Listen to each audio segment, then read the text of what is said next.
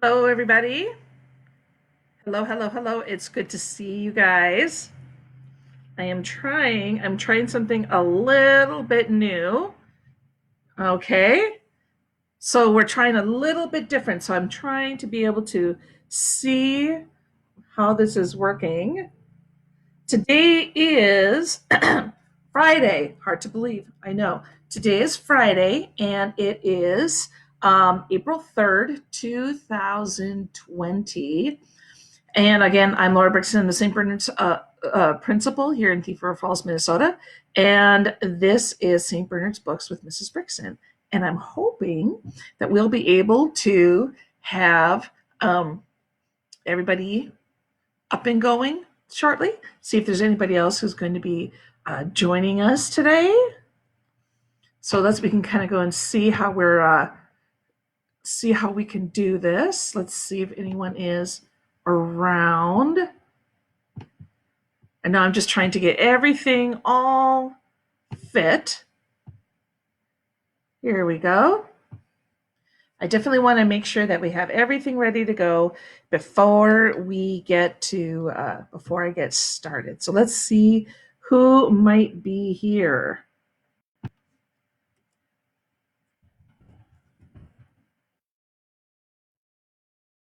Let's take a look and see who might be around. So if you could comment. Oh, there we go. It says Rhonda Lofberg. Yes, we can see that. Okay, I'm looking at a different type of screen. So before I used to see when you popped in and I could see how many people were watching. But right now, all I could see is hi. Oh, hi, it's Axel. Good, good, good, good. And so I just want to make sure that I can see. Okay, let's see if there's anybody else is on. So right now, I can't see when you come on. The only time I can see if you're on with this new type of thing is if you write a comment. So hopefully we can, I want to be able to see you. Otherwise, I might go to the old version. This is the new version of Facebook. So I don't even know who's on and who's watching. So as I'm trying to do this, okay, this isn't going to work. Okay, hold on a second. So if anybody else is out there, please say hi so that I can have an idea who is on, because doing this new way, I can't really tell who else is in this. Okay, see who else can. Who else can say hi out there? All righty. Because right now all I see is Aurora and Axel have joined us. And it's good to see you. So Aurora and Axel, have you guys been outside? Have you been outside to go and shovel? I don't know if you can hear or not, but Patrick is outside with the snowblower. And I think we probably got about 10 inches out here. Somewhere between 8 and 12. It depends. I am not sure. Oh, yeah. And Axel said it's snowing very much. Right now, yeah, it was crazy. And then I encourage you to go and take a look at our Facebook site. There's a picture of Nora. Nora is standing there in front of the drift that was up against her garage, and it's way taller than her. It's 54 inches. So I encourage you to check that out. Alrighty. So if we're going to go ahead, we're going to go ahead and get started. So with that, we can get started with our beginning theme song. Let's get this going. Ah! Whoops. This is what happens in Mrs. Brickson's technical difficulties.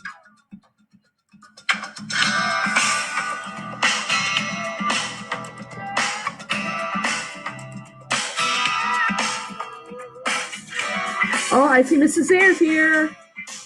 Mrs. Ayers in the house. Go make a difference. We can make a difference. Go make a difference in the world. Go make a difference. We can make a difference. Go make a difference in the world. Awesome. All right. So let's go ahead and begin. And so we have today, again, for some reason, I can't see if anyone's replying or anything. So that's why make sure you say hi when you get on. Okay. So we have a joke for today. Our joke for today is, what do you call a man with a rubber toe? What do you call a man with a rubber toe? It's Roberto. Yes. Isn't that great? Thank you. Thank you. I know. Roberto. A man with a rubber toe. Yes. I know. It's a silly one, but Mrs. Brickson likes to be silly. So remember, we had last time we were reading holes, and so we were talking about how. Whoop! I just lost it here.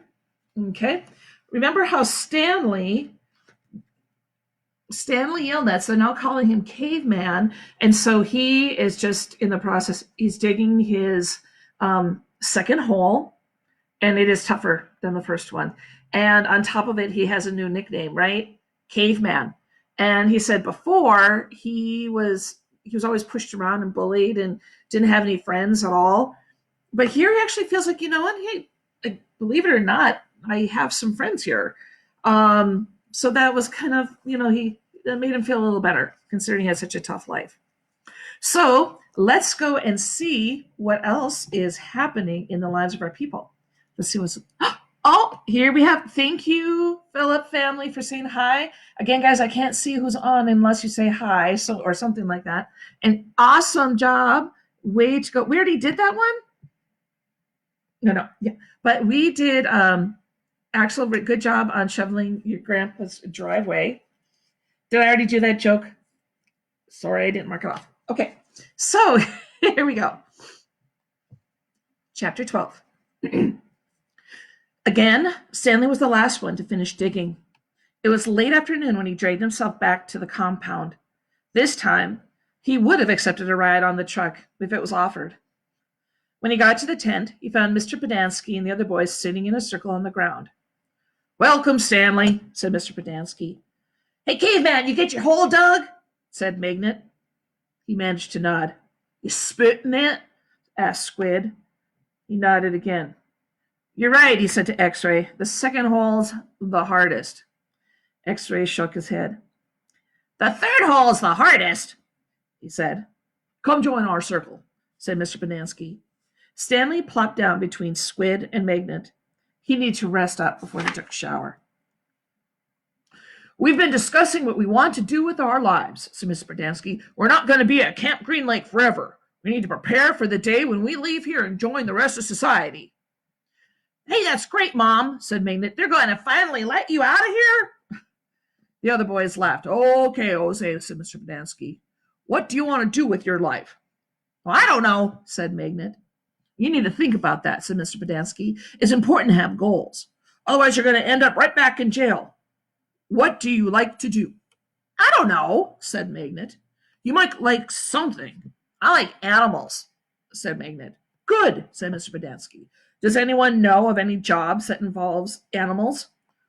Veterinarian, said Armpit. That's right, said Mr. Pedansky. He could work in a zoo, said Zigzag. He belongs in the zoo, said Squid, and then he and X-Ray laughed. How about you, Stanley? Any ideas for Jose? Stanley sighed. Animal trainer, he said, like for the circus or movies or something like that. Any of these jobs sound good to you, Jose? Asked Mr. Pedansky. Yeah, I like what Caveman said about training animals for movies. I think it would be fun to train monkeys. X-Ray laughed. Don't laugh, Rex, said Mr. Pedansky. We don't laugh at people's dreams. Someone is going to have to train monkeys for the movies. Who are you kidding, Mom, said X-Ray. Magnet's never going to be a monkey trainer. You don't know that, said Mr. Pedansky. I'm not saying it's going to be easy. Nothing in life is easy. But that's no reason to give up. You'd be surprised at what you can accomplish if you set your mind to it. After all, you only have one life, so you should try to make the most of it. Stanley tried to figure out what he'd say if Miss Pedansky asked him what he wanted to do with his life. He used to think he wanted to work for the FBI, but this didn't seem appropriate time to mention that. So far, you've all done a pretty good job at messing up your lives, said Mr. Berdansky. I know you think you're cool. He looked at Stanley. So you're a caveman now, huh? You like digging holes, caveman? Stanley didn't know what to say. Let me tell you something, caveman. You here are on account of one person. If it wasn't for that one person, you wouldn't be here digging holes in the hot sun. You know who that person is? My no good, dirty, rotten, pig stealing great great grandfather? The other boys howled with laughter. Even Zero smiled. It was the first time Stanley had ever seen Zero smile. He usually had such an angry expression on his face. Now, he had such a huge smile that it almost seemed too big for his face, like the smile on a jack-o'-lantern. No, said Mr. Berdansky, that person is you, Stanley. You're the reason you're here. You're responsible for yourself. You messed up your life, and it's up to you to fix it. No one else is going to do it for you, or any of you. Mr. Berdansky looked from one boy to another. You're all special in your own way, he said, and you've all got something to offer. You have to think about what you want to do, and then do it. Even you, Zero. You're not completely worthless. The smile was now gone from Zero's face. What do you want to do with your life? Mr. Berdansky asked him. Zero's mouth was closed shut. He glared at Mr. Berdansky, and his dark eyes seemed to expand. What about it, Zero? Said Mr. Berdansky. What do you like to do? I like to dig holes. Chapter 13. All too soon, Stanley was back out on the lake, sticking the shovel in the dirt. X-ray was right. The third hole was the hardest. And so was the fourth hole, and the fifth hole, and the sixth hole. He dug his shovel into the dirt. After a while, he lost track of the days of the week, how many holes he dug. It all seemed like one big hole. It would take a year and a half to dig it. He guessed he lost at least 5 pounds. He figured that in a year and a half, he'd either be in great physical condition or he'd be dead. He dug his shovel into the dirt. It can always be this hot, he thought. Surely it got cooler in December. Maybe then they froze. He dug his shovel into the dirt. His skin had gotten tougher. It didn't hurt so much to hold the shovel. As he drank from his canteen, he looked up at the sky. A cloud had appeared earlier in the day. It was the first cloud that he could remember seeing since coming to Camp Green Lake. He and the other boys had been watching it all day, hoping it would move in front of the sun. Occasionally it got close, but it was just teasing them. His hole was a waist deep. He dug his shovel into the dirt. As he dumped it out, he thought he saw something glisten as it fell into the dirt pile. Whatever it was quickly buried. Stanley stared at the pile a moment, unsure if he'd even seen it. Even if it was something, what good would it do him? He promised to give anything he found to X-ray. It didn't seem worth the effort to climb out of the hole and check it out. He glanced up at the cloud, which was close enough at the sun that he had to squint to see through it. He dug his shovel back to the earth, scooped out some dirt, and lifted it over the dirt pile. But instead of dumping it there, he tossed it off to the side. His curiosity had gotten the better of him. He climbed out of his hole, sifted the fingers through the pile, and he felt something hard and metallic. He pulled it out. It was a gold tube, as long as wide as his second finger on his right hand. The tube was open at one end and closed at the other. He used a few drops of his precious water to clean it. There seemed to be some sort of design on the flat, closed end. He poured a few more drops on the water and rubbed it on the inside of his pants pocket. He looked again at the design engraved at the flat bottom of the tube. He could see an outline of a heart with the letters K-B etched inside it. So it kind of looks like that. He tried to figure out some way that he wouldn't have to give it to X-ray. He could just keep it, but that wouldn't do him any good. He wanted a day off. He looked at the large piles of dirt near where X-Ray was digging. X-Ray was probably almost finished for the day. Getting the rest of the day off would hardly do him any good. X-Ray would have to show the tube to Mr. Sir or Mr. Pedansky, who would then have to show it to the warden. And by then, X-Ray might be done anyway. Stanley wondered about trying to secretly take the tube directly to the warden. He could explain the situation to the warden, and the warden might make it an excuse for giving him the day off, so X-Ray wouldn't suspect. He looked across the lake toward the cabin under the 2 oak trees. The place scared him. He'd been at Camp Green Lake almost 2 weeks and still hadn't seen the warden. It was just as well. If he could go his entire year and a half without seeing the warden, that would be fine for him. Besides, he didn't know if the warden would find the tube interesting. He looked at it again. It looked familiar. He thought he'd seen something like it somewhere before, but he couldn't quite place it. "What you got there, caveman?" asked Zigzag. Stanley's large hand closed around the tube. "Nothing, just, he was useless. I might think I found something." "Another fossil?" "No, I'm not sure what it is." "Let me see," said Zigzag. Instead of showing it to Zigzag, Stanley brought it to X-Ray. Zigzag followed. X-Ray looked at the tube and then rubbed his dirty glasses on his dirty shirt and looked at the tube again. One by one, the other boys dropped their shovels and came to look. "Looks like an old shotgun shell," said Squid. "Oh, whoops, sorry." "It looks like an old shotgun shell," said Squid. "Yeah, it probably is. Well, that's what it is," said Stanley. He decided not to mention the engraved design, and maybe nobody would notice it. He doubted X-Ray could even see it. "No, it's too long and too thin to be a shotgun shell," said Magnet. "It's probably just a piece of junk." "Well, I'll show it to Mom," said X-Ray. "See what he thinks. Who knows, maybe I'll get the day off." "Your hole's almost finished." "Yeah, so?" Stanley raised and lowered his shoulder. "So why don't you wait till tomorrow and show it to Mom?" he suggested. "You can pretend you found it the first thing in the morning. Then you can get the whole day off instead of just an hour or so this afternoon." X-Ray smiled. "Good thinking, caveman." He dropped the tube into his large pocket in the right leg of his dirty orange pants. Stanley returned to his hole. When the water truck came in line, Stanley started to get in his place at the end of the line. But X-Ray told him he had to get behind Magnet, in front of Zero. Stanley moved up 1 place in the line. Looks like we have some more. Oh, Holters are watching. Hello, Holters. Hello, Veda. Hello, Jackson. I'm glad that you said hello. Again, I can't really see who's watching the way they have these settings in this new version of Facebook Live. But if you could say hi, then I can kind of see who's out there. Okay. So now here we are. We're going to chapter 14. That night, as Stanley lay on his scratchy and smelly cot, he tried to figure out what he could have done differently.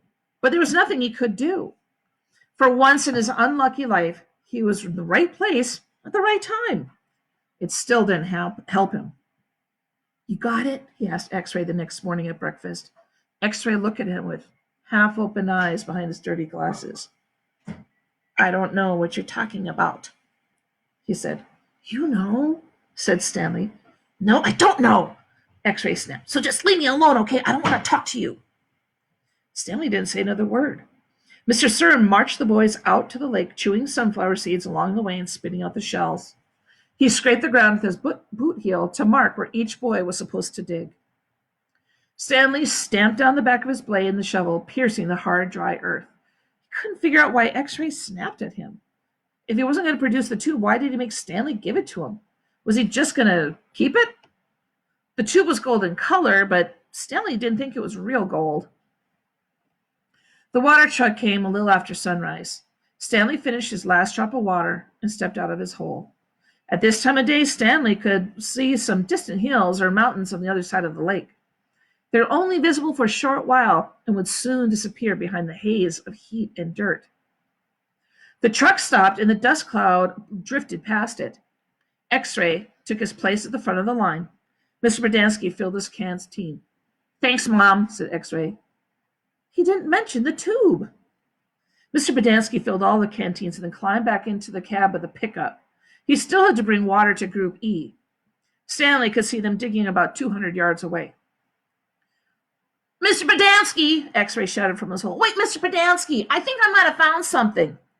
The boys all followed Mr. Pedanski as he walked over to X-Ray's hole. Stanley could see the gold tube sticking out of some dirt at the end of X-Ray's shovel. Mr. Pedanski examined it and took a long look at its flat bottom. I think the warden's going to like this. Hello, Isaac Rath. Good to see you. Let's see, is Sam there too? Yeah. Does X-Ray get the day off? Asked Squid. Just keep digging until someone says otherwise, Mr. Pedanski said. Then he smiled. But if I were you, Rex, I wouldn't dig too hard. Stanley watched the cloud of dust move across the lake to the cabin beneath the trees. The boys in Group E were just going to have to wait.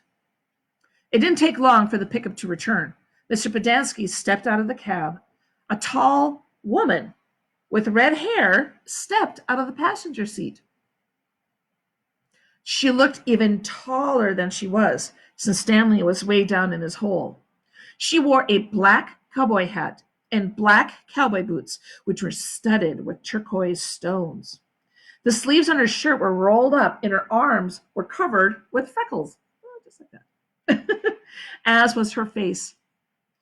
She walked right up to X-Ray. This where you found it? Yes, ma'am. Your good work will be rewarded. She turned to Mr. Pedanski. Drive X-Ray back to camp. Let him take a double shower and give him some clean clothes. First, I want you to fill everyone's canteen. I just filled it a little while ago, said Mr. Pedanski. The warden stared hard at him. Excuse me? She said. Her voice was soft. I just filled them when I filled them with Rex. Excuse me? The warden said again. Did I ask you when you last filled them? No, but it's just, excuse me? Mr. Pedanski stopped talking. The warden wiggled her finger for him to come to her. It's hot, and it's only going to get hotter, she said. Now, these fine boys have been working hard. Don't you think it might be possible that they might have taken a drink since you last filled their canteens? Mr. Pedanski said nothing. The warden turned to Stanley. Caveman, will you come here, please? The warden turned. Stanley was surprised that she knew his name. He had never seen her. Until she stepped out of the truck, he didn't even know that the warden was a woman. He nervously went toward her. Mr. Pedanski and I have been having a discussion. Have you taken a drink, said Mr. Pedanski, last filled your canteen? Stanley didn't want to cause any trouble for Mr. Pedanski. I still have plenty left, he said. Excuse me? He stopped. Yeah, I drank some. Thank you. May I see your canteen, please? Stanley handed it to her. Her fingernails were painted dark red. She gently took the canteen, letting the water swish inside the plastic container. Do you hear any empty spaces? She said. Yes, said Mr. Pedanski. Then fill it, she said. And next time I tell you to do something, I expect you to do it without questioning my authority. Is that too much to ask? Is it too much trouble for you to fill a canteen? I'll give you a shovel. You can dig a hole, and Caveman can fill your canteen. She turned back to Stanley. I don't think that would be too much trouble for you, would it? No, said Stanley. So what will it be? She said to Mr. Pedanski. Do you want to fill the canteens, or do you want to dig? I'll fill the canteens, said Mr. Pedanski. Thank you. She is not a very nice woman, is she? And Carol is here. Oh, yes, I see Rico's are here. Sophia and Chico. All right, chapter 15. Mr. Pedanski filled the canteens. The warden got a pitchfork out of the back of the pickup. She poked through X-Ray's dirt pile to see if anything else might have been buried in there as well. After you drop off X-Ray, I want you to bring these 3 wheelbarrows, she said. X-Ray got in the pickup. As the truck pulled away, he leaned out the wide window and waved. Zero, I want you to take over X-Ray's hole. She seemed to know that Zero was the fastest digger. Armpit, Squid, you will keep digging where you have been, she said, but you're each going to have a helper. Zigzag, you will help Armpit. Magnet will help Squid. And Caveman, you'll work with Zero. We're going to dig the dirt twice. Zero will dig out the hole, and Caveman will carefully shovel it into a wheelbarrow. Zigzag will do the same for Armpit, and the Magnet will do the same for Squid. We don't want to miss anything. If either you find something, you both will get the rest of the day off and a double shower. When the wheelbarrows are full, you are to dump them away from this area. We don't want any dirt piles to get in the way. The warden remained at the site for the remainder of the day, along with Mr. Pedansky and Mr. Sir, who showed up after a while. Occasionally, Mr. Sir would leave to take water to the other group of campers, but otherwise, he and the water truck stayed parked there. The warden saw to it that nobody in Group D was ever thirsty. Stanley did as he was told. He carefully looked through all the dirt dug up by Zero as he shoveled it into the wheelbarrow, though he knew he wouldn't find anything. It was easier than digging his own hole. When the wheelbarrow was full, he took it a good distance away before dumping it. The warden couldn't keep still. She kept walking around, looking over the boys' shoulders, sticking a pitchfork through the dirt piles. You're doing fine, just fine, she said to Stanley. And after a while, she told the boys to switch places so that Stanley and Zigzag and Magnet dug in the holes, and Zero, Armpit, and Squid shoveled the excavated dirt into the wheelbarrows. After lunch, Zero took over digging again, and Stanley returned to the wheelbarrow. There's no hurry, the warden said several times. The main thing is to not miss anything. The boys dug until each hole was well over 6 feet deep and wide. Still, it was easier for 2 boys to dig a 6-foot hole than it was for 1 boy to dig a 5-foot hole. That's enough for today, the warden said. I've waited this long. I can wait another day. Mr. Sir drove her back to her cabin. I wonder how she knows our names, Stanley said as he walked back to the compound. She watches us all the time, said Zigzag. She's got hidden microphones and cameras all over the place. In the tents, the rec room, the shower. The shower? Said Stanley. He wondered if Zigzag was just being paranoid. The cameras are tiny, said Armpit. No bigger than the toenail on your little toe. Stanley has doubts about that. He didn't think they could make cameras that small. Microphones, maybe. He realized that is why X-Ray didn't want to talk to him about the gold tube at breakfast. X-Ray was afraid the warden might have been listening. One thing was certain. They weren't just digging to build character. They were definitely looking for something. And whatever they were looking for it in the wrong place. Stanley gazed out across the lake toward the spot where he had been digging yesterday when he found the gold tube. He dug a hole into his memory. Chapter 16. As Stanley entered the rec room, he could hear X-Ray's voice from all the way across the room. See what I'm saying? X-Ray said. Am I right or am I right? The other bodies in the room were little more than bags of flesh and bones, dumped across the broken chairs and couches. X-Ray was full of life, laughing and waving his arms around as he talked. Yo, caveman, my man, he called out. Stanley made his way across the room. He slid on over, Squid. X-Ray, make room for caveman. Stanley crashed on the couch. He looked for a hidden camera in the shower. He hadn't seen anything, and he hoped the warden hadn't seen anything either. What's the matter? Said X-Ray. You guys tired or something? He laughed. Hey, guys, keep it down, will you? Groaned Zigzag. I'm trying to watch TV. Stanley glanced uncertainly at Zigzag, who was staring very intently at the busted TV screen. The warden greeted the boys at breakfast that morning and went with them to the holes. 4 dug in the holes, and 3 tended to the wheelbarrows. Glad you're here, X-Ray, she said. We need your sharp eyes. Stanley spent more time pushing the wheelbarrow than digging because he was such a slow digger.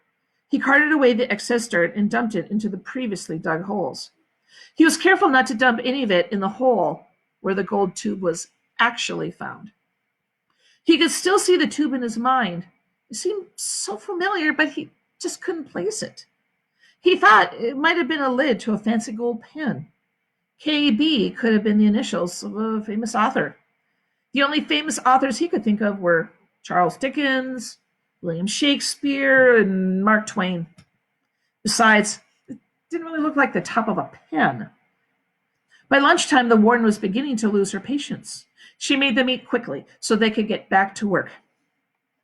If you can't get them to work any faster, told Mr. Sir, you're going to have to climb down in there and dig with them.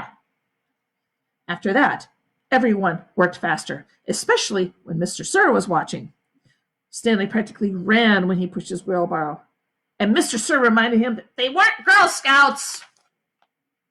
They didn't quit digging until after every other group had finished. Later, as Stanley sat sprawled across an understuffed chair, he tried to think of a way to tell the warden where the tube was really found without getting himself or X-Ray into trouble. It didn't seem possible. He even thought about sneaking out at night, digging in that hole himself. The last thing he wanted to do after digging all day was to dig at night, too.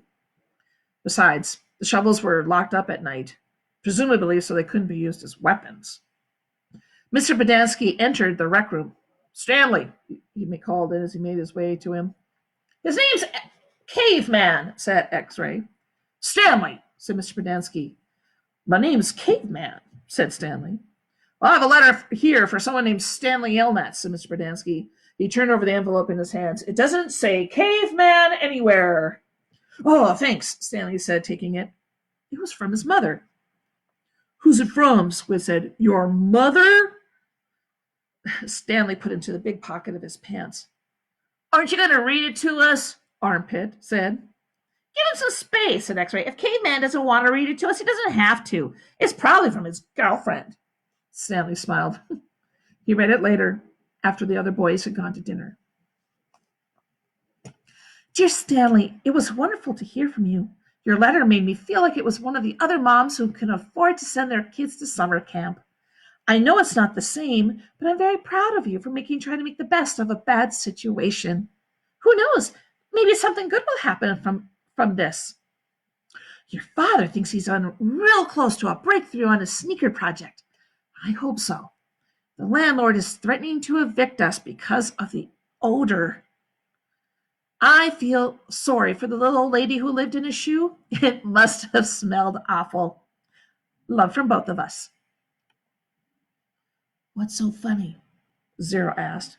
It startled him. He thought Zero had gone to dinner with the others. Nothing. Something just that my mom wrote. What did she say? Zero asked. Nothing. Oh, sorry, said Zero. Well, my dad is trying to invent the way to recycle old sneakers. So the apartment kind of smells bad because he's always cooking these old sneakers. So anyway, the letter, my mom says she felt sorry for that little old lady who lived in a shoe, because it must have smelled bad in there. Zero stared blankly at him. You know the nursery rhyme? Zero said nothing. You've heard the nursery rhyme about the little old lady who lived in a shoe? No. Stanley was amazed. How does it go? Said Zero. Did you ever even watch Sesame Street? Stanley asked. Zero stared blankly. Stanley headed on to dinner. He would have felt pretty silly reciting nursery rhymes at Camp Green Lake. And so we're going to pause there for today. We're at the end of chapter 16. And we're on page 77, by the way. Right now we're on page 77. We are about a third of the way done. As a reminder, if for some reason, Blomkers are on. And I see Mrs. Dahlman is on. Good. Carol, yes. If you missed any of the story from Holes, you can go and take a look at this. And this is the playlist that I have on YouTube that has all of them on there. Now, let's see if I can get my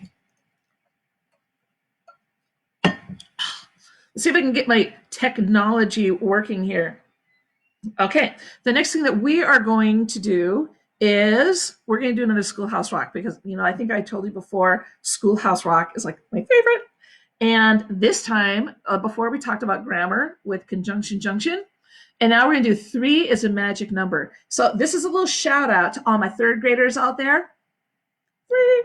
And this is a great one for, this is a great one for if you're learning math or if you're learning how to multiply by 3.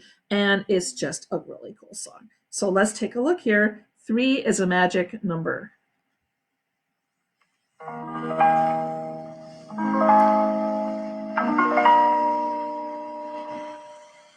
Three is a magic number.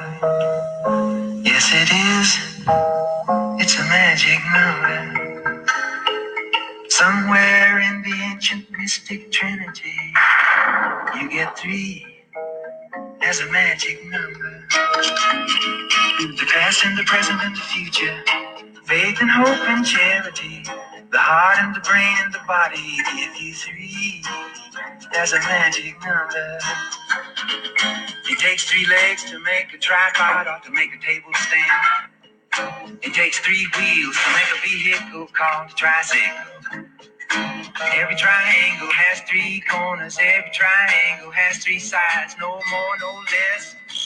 You don't have to guess. When it's 3, you can see it's a magic number. A man and a woman had a little baby. Yes, they did. They had 3 in the family. That's a magic number.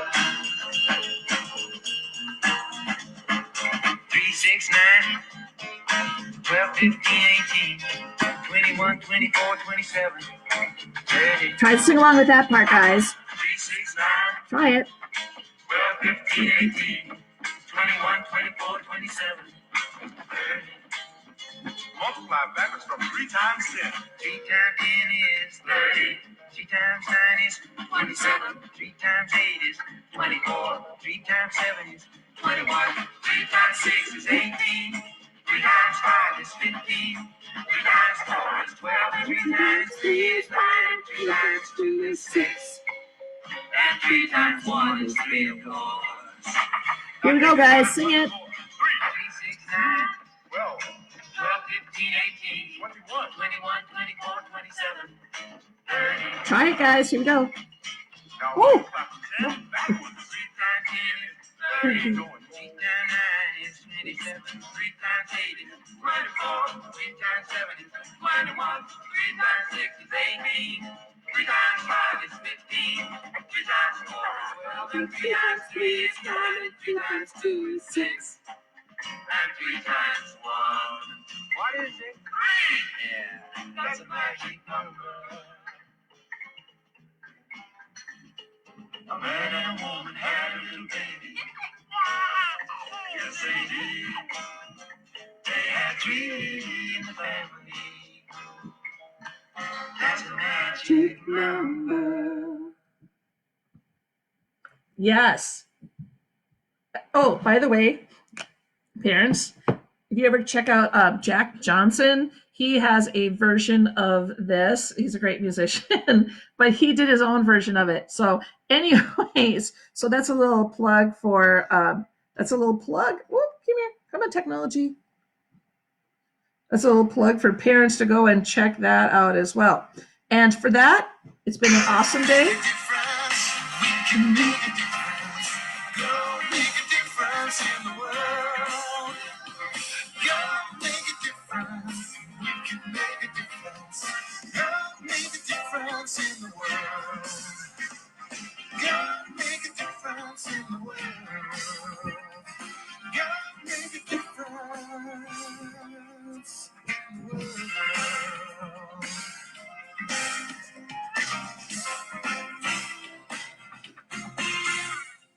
Have a wonderful day, y'all. I miss you. I miss you. I will see you Monday. Have a wonderful, wonderful, wonderful weekend. Bye-bye.